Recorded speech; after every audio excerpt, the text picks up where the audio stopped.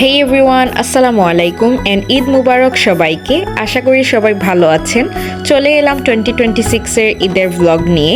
তো ঈদের সকাল খুব তাড়াতাড়ি ঘুম থেকে উঠে গেলাম, 7:30 বাজে। আর এখানে ওয়েদার দেখতেছিলাম খুবই সুন্দর, মাশাআল্লাহ। আর মানুষজন নামাজে যাইতেছিল।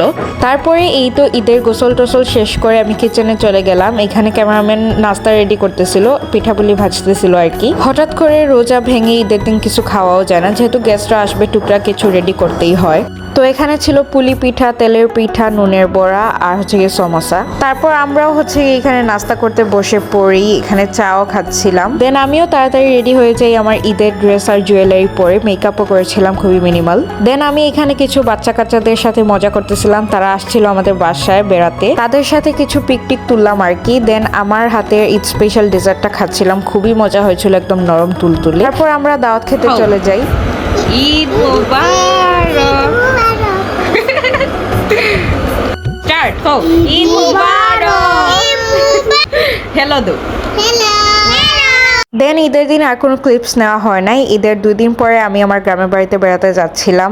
তারপর আমরা বাড়িতে পৌঁছে এখানে একটু ঘোরাঘুরি করতেছিলাম, পিকনিক তুলতেছিলাম আর কি। গ্রামের পরিবেশটাই একদম আলাদা, খুবই ভালো লাগে, স্নিগ্ধ একটা পরিবেশ।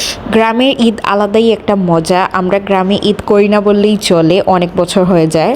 তো এখানে হচ্ছে গিয়ে আমি ফিট চেক দিচ্ছিলাম। আমি একটা মিষ্টি কালারের ড্রেস পরেছিলাম, এটা আমার ছোটো খালা আমাকে লন্ডন থেকে দিয়েছিলেন। আমি ঈদে বেশি একটা ড্রেস টেস কিনি না, একটাই কিনি। আর এই জুতাটা কিনেছিলাম আমার খুবই ফেভারিট। তারপর শুরু হয়ে যায় খাওয়া দাওয়া। আমরা এখানে স্প্রাইট খাচ্ছিলাম যেহেতু খুবই গরম ছিল। দেন এখানে তরমুজ খেয়েছিলাম, তরমুজটা এত মিষ্টি ছিল মাশাল্লাহ।